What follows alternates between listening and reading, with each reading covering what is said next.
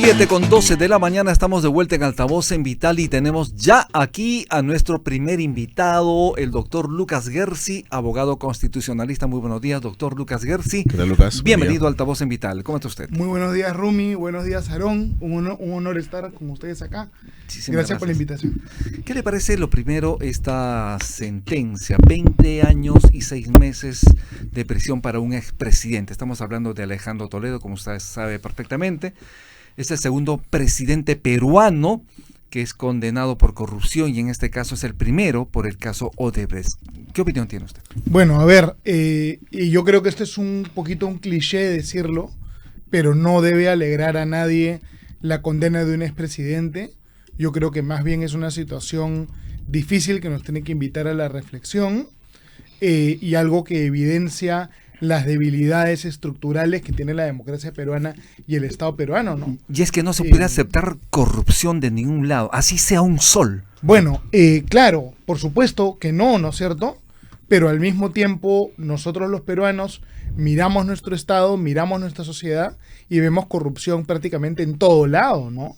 Digamos, tenemos que ser honestos. La corrupción en el Perú está hasta en la sopa, en todos lados, ¿no? Vino el caso Lavajato, se fue el caso Lavajato y la corrupción siguió.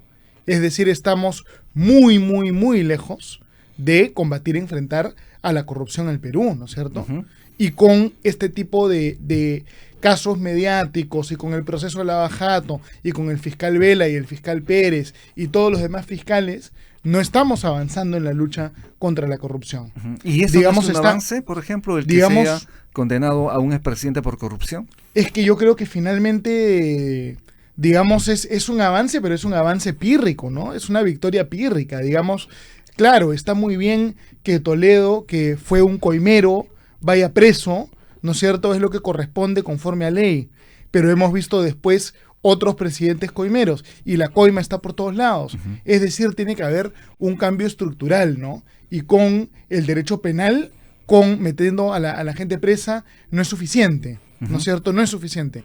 Tenemos que preguntarnos, ¿no? ¿De qué manera diseñamos un sistema de contratación pública donde no haya corruptos?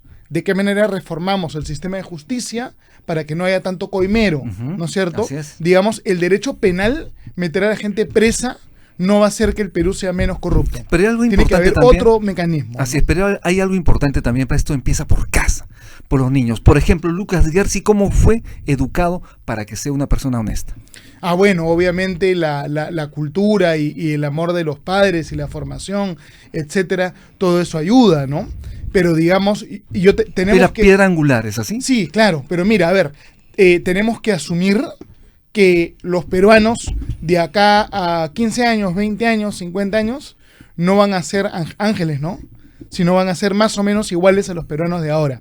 Entonces, al ser humano no lo podemos reformar, ¿no? No podemos reformar al ser humano, pero ¿de qué manera hacemos que haya menos corrupción? Yo creo que tiene que ver con varias cosas, ¿ya? Número uno, la gente que tiene poder sobre los demás tiene que estar muy, muy bien remunerada. Un juez que tiene un poder inmenso, un funcionario que tiene un poder inmenso y está mal remunerado es prácticamente imposible. Es muy fuerte la tentación de la corrupción. Proclive a la corrupción. Esa es una parte, la política remunerativa. Otra parte es estructurar los procesos también para que no haya tanto este problema de la corrupción también, ¿no? Tienen que ser más cortos, tienen que ser más transparentes. Es cambios estructurales, porque solo con el derecho penal no vamos a derrotar a la corrupción, ¿no? Sí. Ese es un autoengaño. Lucas, el caso de Toledo es recontra paradójico, ¿no? Porque él llegó a la presidencia enarbolando la bandera de la lucha contra la corrupción, despotricó contra la gestión, la dictadura, sí, como claro. quiere llamarlo, de Alberto Fujimori. Llegó y resulta que fue tremendo corrupto, ¿no? Sí, los que más hablan de anticorrupción normalmente son los más corruptos, ¿no? Y el caso de Toledo no es el único. Martín Vizcarra también, ¿no? Todo el día despotricando contra la corrupción, y mira la situación en la que se encuentra ahora, ¿no? Sí, definitivamente. 7:18 de la mañana. Lucas Gersi, estabas hablando de un cambio estructural en el sistema judicial peruano. Así es. Esto implica, claro, obviamente, mayor presupuesto. ¿Solamente pasa por allí? No, es un tema también de estructura. Por ejemplo, en el Perú, buena parte de los jueces, buena parte de los fiscales no tienen independencia.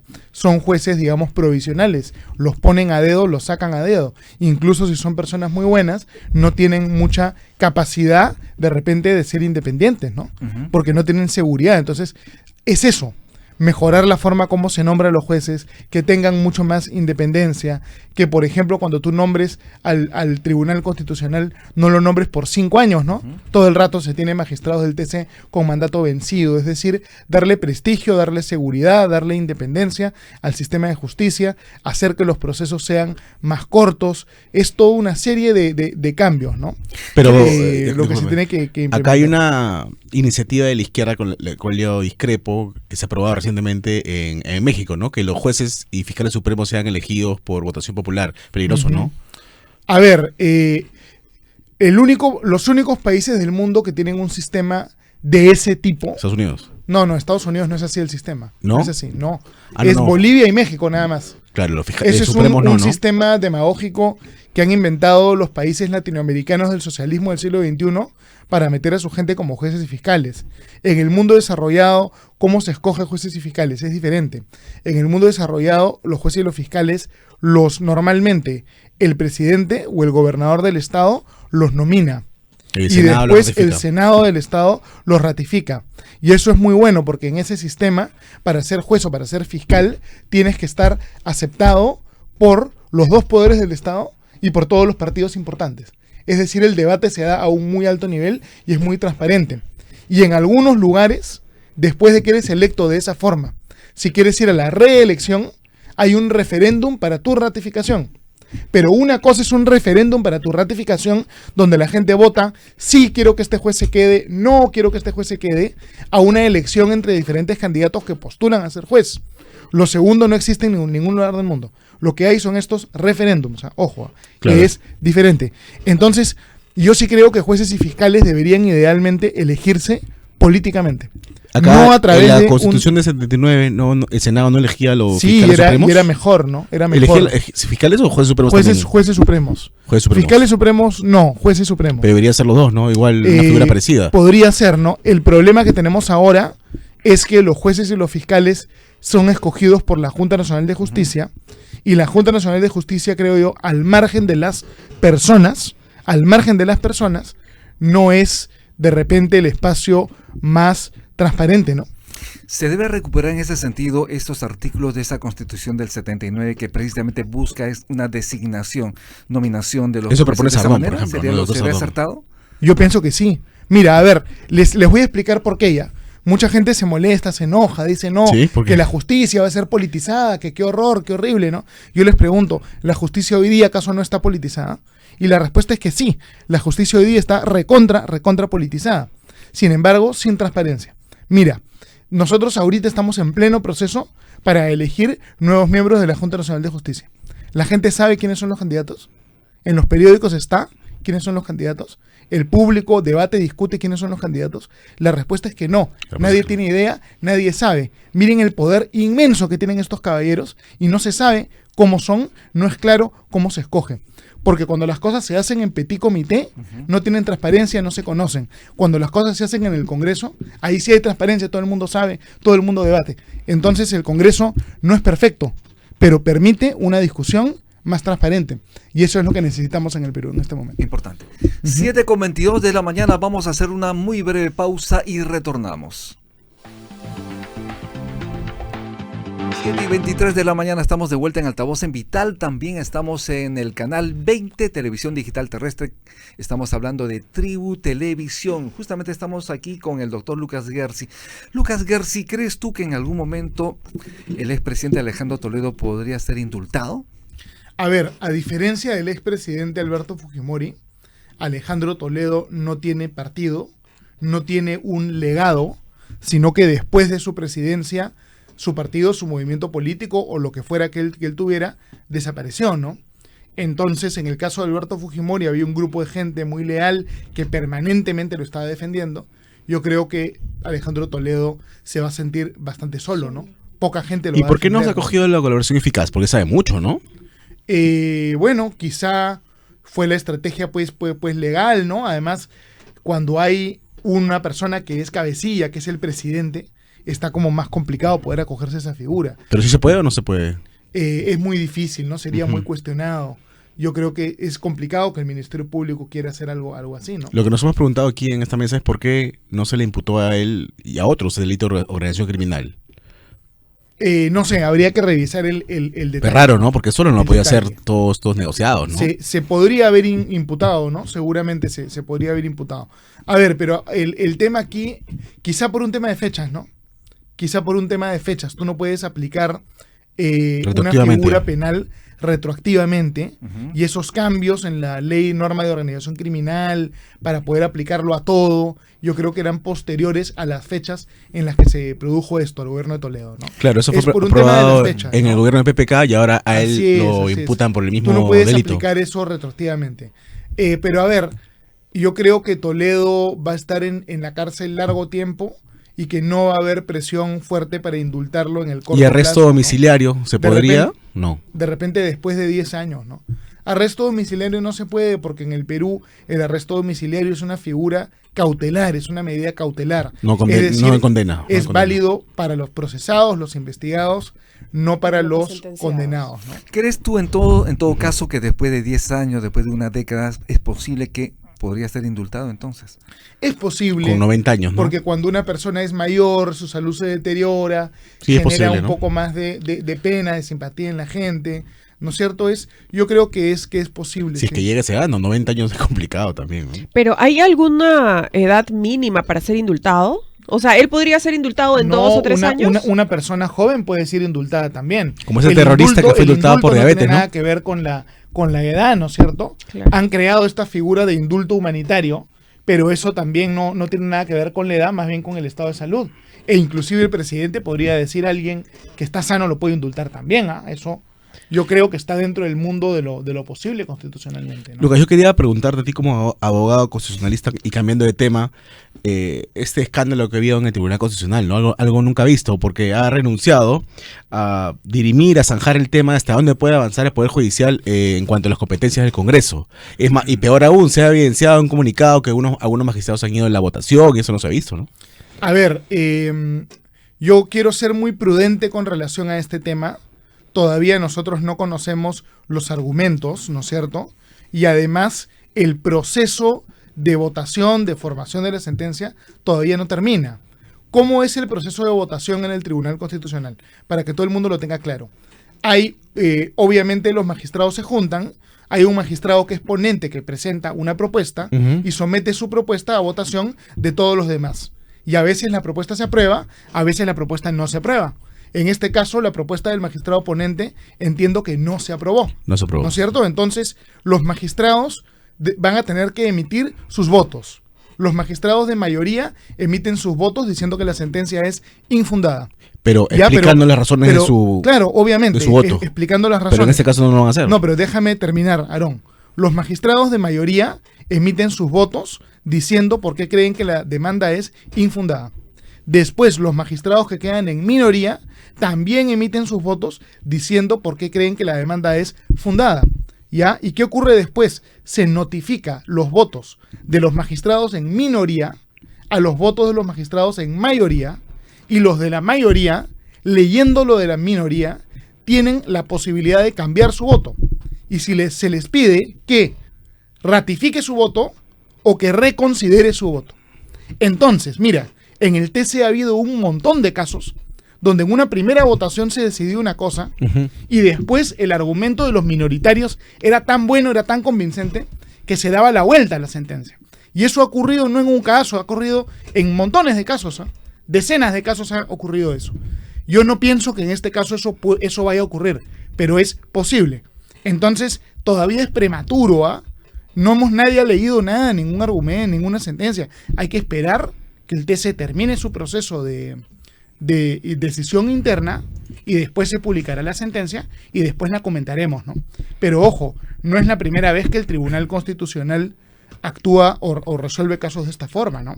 Recordemos que había también un caso donde, por ejemplo, Patricia Benavides decía que se declare nulo estos procedimientos de la Junta Nacional de Justicia donde me quieren sacar, restitúyanme, ¿no? No, El TC le declaró infundado, ¿no? tampoco el TC, digamos, amparó esa demanda. Entonces, hay muchos pedidos que se hacen al TC, que el TC es muy prudente, es muy conservador y dice, no, acá yo no me meto, está bien lo que ha ocurrido, ¿no? Doctor Lucas Gersi, para que las audiencias lo entiendan con claridad, de una manera diáfana, de una Correcto. manera sencilla, ¿significa entonces que los jueces sí pueden controlar los actos del Congreso según lo ha definido, lo ha determinado el Tribunal Constitucional? ¿Esto es así? Bueno, por supuesto que pueden, y lo ha hecho, ¿no? Lo ha hecho el Tribunal Constitucional en varias oportunidades. A ver, digamos, tú dices si los jueces pueden controlar los actos del Congreso. La respuesta es que sí, por supuesto que pueden. Y el caso emblemático es el caso del expresidente Alan García Pérez. Recuerda tú que Alan García Pérez fue objeto de una investigación un poco arbitraria, la mega comisión contra Alan García, ¿no? Ustedes recordarán. Y Alan García, ¿qué hizo? Fue al Poder Judicial y ganó. Y se anuló esa investigación. Entonces está claramente establecido que los jueces tienen esta potestad para controlar al Congreso. Lo que hizo ¿No es entonces cierto? fue reafirmar que el Poder Judicial tiene la autoridad para supervisar los procedimientos del Congreso. En el caso, por ejemplo, de Alan García ocurrió. Así es, tiene esa potestad, pero no es una potestad ilimitada, porque a veces los jueces se van de la raya también. Últimamente está sucediendo Entonces, eso, ¿no? hay de los dos casos, ¿no? Por ejemplo, tú tienes el caso Alan García, donde los jueces controlaron al Congreso y el TC dijo que eso estaba bien, ¿no? Y luego tienes otros casos, como es el caso de la elección del defensor del pueblo, donde el TC dijo, oye, ya que un juez pare con una medida cautelar la elección del defensor del pueblo, eso ya es un exceso, aquí ya los jueces se pasaron de la raya, digamos, ¿no? Digamos que hay jurisprudencia en ambos sentidos. Y en este caso era la habilitación por 10 años de Aldo Vázquez e Inés Tello. Y ellos argumentaron que se violó el debido proceso. ¿Por qué habría violado el debido proceso? Bueno, el Poder Judicial en ese caso dijo, y yo creo que el Poder Judicial se equivocó, ¿no? Si yo fuese magistrado del TC, yo hubiera votado para respaldar la ponencia del magistrado Pedro Hernández, ¿no? Yo hubiera apoyado la postura de la minoría del TC, ¿no es cierto? ¿Qué fue lo que dijo el Poder Judicial? El Poder Judicial dijo, está mal que el Congreso haya inhabilitado a estos miembros de la Junta Nacional de Justicia porque no hay ninguna norma que te establezca en una lista por qué cosas te pueden inhabilitar. Pero Es decir, por el principio de tipicidad. Pero si tú sigues ese argumento, entonces absolutamente todas las inhabilitaciones serían nulas. o censura de ministros, ¿no? Claro, todo sería nulo, ¿no? Nadie podría ser inhabilitado. Con ese mismo argumento, también tendrías que rehabilitar a Vizcarra y a todo el mundo. Vacancias, censuras, todo. Es ¿no? decir, yo creo que ese argumento del Poder Judicial finalmente es un argumento muy débil, ¿no? Mal motivado, creo que cometieron un error. Pero habrá que leer la sentencia del TC. Cuando entrevisté al doctor Pedro Hernández, él señalaba que también el TC tenía la misión de definir si alguien puede ocupar el cargo, entrar al cargo con más de 75 años o no. Me refiero al cargo como miembro de la Junta Nacional de Justicia. Bueno, el Tribunal Constitucional es el árbitro supremo del ordenamiento jurídico y puede, obviamente, definir ese tipo de cosas, por supuesto. Sí, entonces, ¿qué podemos esperar? Ahorita, ¿cómo están las cosas? ¿Cuál es el status quo? Ahorita el status quo es que tenemos que darle al Tribunal Constitucional un tiempo para que el Tribunal Constitucional termine de formar su decisión. Es decir, que los magistrados, tanto de minoría como de mayoría, redacten sus votos. Cada bando leerá los votos del otro bando. Es posible que a último minuto alguien quiera cambiar. Poco probable, pero posible. Y una vez que se emitan las sentencias correspondientes, podremos leer por escrito lo que piensan unos, lo que piensan otros, y cada uno sacará su propia conclusión. ¿A ti no te llama la atención este cambio de postura? Porque en un lado apoyan, en el caso de Defensor del Pueblo, apoyan a las competencias, que se respeten las competencias del Congreso, pero ahora las rechazan, ¿no? Por ejemplo, el magistrado Pacheco, Domínguez y Ochoa. Habrá que leer el fundamento de sus votos. Eso sí, eso tiene que Porque, fundamentar sus votos. Claro, en su voto, cuando ellos redacten su posición, seguramente van a explicar por qué en un caso piensan una cosa y en el otro piensan otra, ¿no? De acuerdo. ¿Qué opinión tienes, Lucas Gersi, sobre esta noticia que salió publicado recientemente? Y es que 5 magistrados del Tribunal Constitucional aumentaron su patrimonio en solo 2 años. Algunos en más de 600%, algunos en 9%, pero todos ellos aumentaron ese patrimonio personal. A ver, eso yo no lo... Digamos, ¿cuál es la fuente de eso? Ojo Público. Ojo Público. Ojo Público es toda la información, justamente tiene información sobre el tema. Señala que Gustavo Gutiérrez Tixe tendría un incremento patrimonial de 636%. Manuel Monteagudo Valdés tendría una subida de 160%. Correcto. Francisco Morales Arabia de más de 80%. Helder Domínguez Jaro, un crecimiento patrimonial de 10%. César Ochoa poco, ¿no? Carditz habría reportado un aumento de 9%. Bueno, yo creo que en algunos casos los porcentajes son bastante pequeños y en otros son más grandes. Yo estoy seguro que va a haber posibilidad de que los tribunos expliquen esta situación, ¿no? No sé, digamos, muchas veces las personas de repente pueden recibir una herencia y eso explica un incremento fuerte en su patrimonio. Yo estoy seguro que habrán explicaciones, ¿no? Y más bien esperaría que ellos sean muy transparentes e informen a la opinión pública qué es lo que muestra esto. Pero antes porque, de asumir, porque esto es información pública, además me imagino... Claro que sí. A ver, los magistrados del Tribunal Constitucional están obligados por la Constitución a hacer una declaración jurada de bienes y rentas, ¿no es cierto? Entonces, esta es información que ha salido de la Contraloría. ¿De la declaración es jurada? Público, no es nada escondido. Entonces, de todas maneras... ellos tienen una explicación, ¿no? Yo creo que acá sí o sí hay una explicación. Si ustedes los invitan acá a los doctores y les preguntan, estoy seguro que ellos van a ser muy, muy claros al momento de explicar, ¿no? Porque son personas honestas, correctas. Yo creo los 7, ¿ah? Tú puedes discrepar una postura u otra, pero son personas correctas. Pero tienes que explicar, ¿no? Obviamente, si tienes incremento patrimonial, tienes que explicar, y además si eres una autoridad, obvio, de lógico, una entidad importantísima. Sí, antes de pasar a la pausa, pero Rumi, quería preguntarte si es cierta o no, o cómo ves esta postura que argumentó el doctor Gutiérrez Tixe de que este fallo que declara nulo o no admite la demanda competencial del Congreso contra el Poder Judicial es inválido porque no hubo el quórum necesario de 5 magistrados. No, ahí yo sí discrepo un poquito del análisis del doctor Gutiérrez. ¿Por qué hará la sesión con 7? Con todo respeto, porque el reglamento normativo del Tribunal Constitucional te establece que si tú abres sesión con 7 magistrados, continúa pues la sesión. Así se y vayan. tú no puedes dejar sin quórum pues una sesión del TC, ¿no? De acuerdo. Sí, eso ahí yo creo que de repente actuaron de manera un poquito precipitada, ¿no? Importantísimo. Alicia Durán. Sí, yo quería preguntarte respecto a las nuevas modificatorias de cómo están ahorita las reglas de juego respecto a la nueva cámara bicameral que vamos a tener en el Congreso de la República. Todavía no se ha especificado a profundidad cuáles van a ser los roles. Ayer han estado discutiendo en la comisión del congresista Rospigliosi. La Comisión de Constitución, sí. En la Comisión de Constitución, y todavía no tenemos luces acerca de estos detalles. Correcto, a ver, yo he tenido oportunidad de revisar justamente por un pedido que me hizo la Comisión de Constitución los reglamentos nuevos, ¿no? De la bicameralidad. Es decir, se está planteando un reglamento para el Congreso completo y después 2 subreglamentos, uno para el Senado y otro para la Cámara de Diputados, ¿no? Entonces, obviamente hay reglas que son complejas, ¿no? Acá, ¿qué es lo más importante? Lo más importante es que para que una ley se apruebe, esa ley tienen que aprobarla el mismo texto, igualito, las 2 cámaras. Porque había una discusión en el espacio de los senadores, si ellos van a observarla y estarían legislando. A ver, claro, si el Senado, si diputados aprueba una cosa y después Senado la puede cambiar y pasarla al Poder Ejecutivo sin devolverla a diputados, entonces ¿para qué tienes bicameralidad? Claro. Eso es una bicameralidad chicha, ¿no es cierto? Mejor entonces volvemos a la unicameralidad. La bicameralidad solo tiene sentido si es que el mismo texto, idéntico, cada punto, cada coma, es aprobado de forma idéntica por ambas cámaras. Entonces, mi planteamiento, mi propuesta siempre ha sido que la Cámara de Diputados es la que redacta la norma y que la Cámara de Senadores no debe poder cambiar. Senadores, ¿qué debe hacer?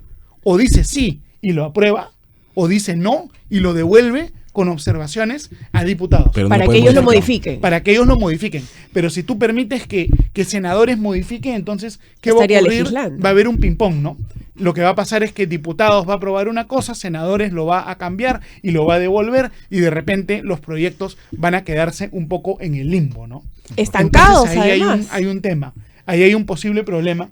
A mí me hubiera gustado que la Cámara de Senadores no pueda cambiar, sino solo devolver. Luego, la verdad que yo soy un gran fan de la bicameralidad. Cuando se aprobó la bicameralidad, ahí sí me tomé mi vino, ahí yo celebré. Pero lo que a mí no me gusta es no me gusta, es muy complejo lo que han hecho. Me parece una pésima idea, me parece muy malo, muy negativo, que se plantee 2 tipos de senadores. Nadie va a entender ¿Hay nada. 2 tipos de senadores? Claro, hay 2 tipos de senadores. Hay un grupo de senadores va a ser electo por Distrito Nacional Único Claro. y otro grupo por regiones. Entonces tú cuando vayas a votar, vas a votar por diputados, por senadores del tipo 1, por senadores del tipo 2, por presidente y por parlamento andino. Eso va a ser un arroz Y con nadie mango, va a francamente. entender nada. Esa es Nadie se va a eh, tomar el tiempo de informarlas. Sí, ¿sabes? esa es una metida Pero de senadores pata. siempre es distrito único, ¿no? Es una metida de pata. Todos los senadores han debido ser distrito único. Así es. Ahí la verdad yo creo es un problema, ¿no? ¿Y de dónde Nadie va a entender nada. ¿De dónde se está trayendo este modelo? Digamos, yo creo que en Alemania puede ser que haya algo parecido, ¿ya? Pero son cosas ya muy raras, muy enredadas. Lucas. Ha debido ser simple. Senadores distrito único, punto. Como tiene que ser. Lucas Gersi, muchísimas gracias Muchas por estar gracias, en Lucas. Altavoz en Vital. Tu palabra Muchas final gracias. es para despedirte de la audiencia. No, a ver, estamos siempre acá en la lucha del Estado de Derecho, ¿no? Defender el Estado de Derecho. Importante. ¿Y qué es lo que yo pienso? Yo pienso hay que tener cuidado de no caviarizarnos, ¿ya? Ajá. ¿En qué sentido? Creo que no nos tenemos que caviarizar. Los caviares, en su ánimo, que en un inicio fue quizás, en su ánimo de luchar contra la corrupción, terminaron convirtiendo al Perú en una especie de país donde el que manda es la guillotina, ¿no? Es decir, cárcel para todos, guillotina, sangre, sangre. Entonces, cuidado, porque pidiendo cárcel, pidiendo sangre, celebrando ese tipo de condenas, no logramos nada, no resolvemos nada. O sea, cárcel para los corruptos, sí, ok.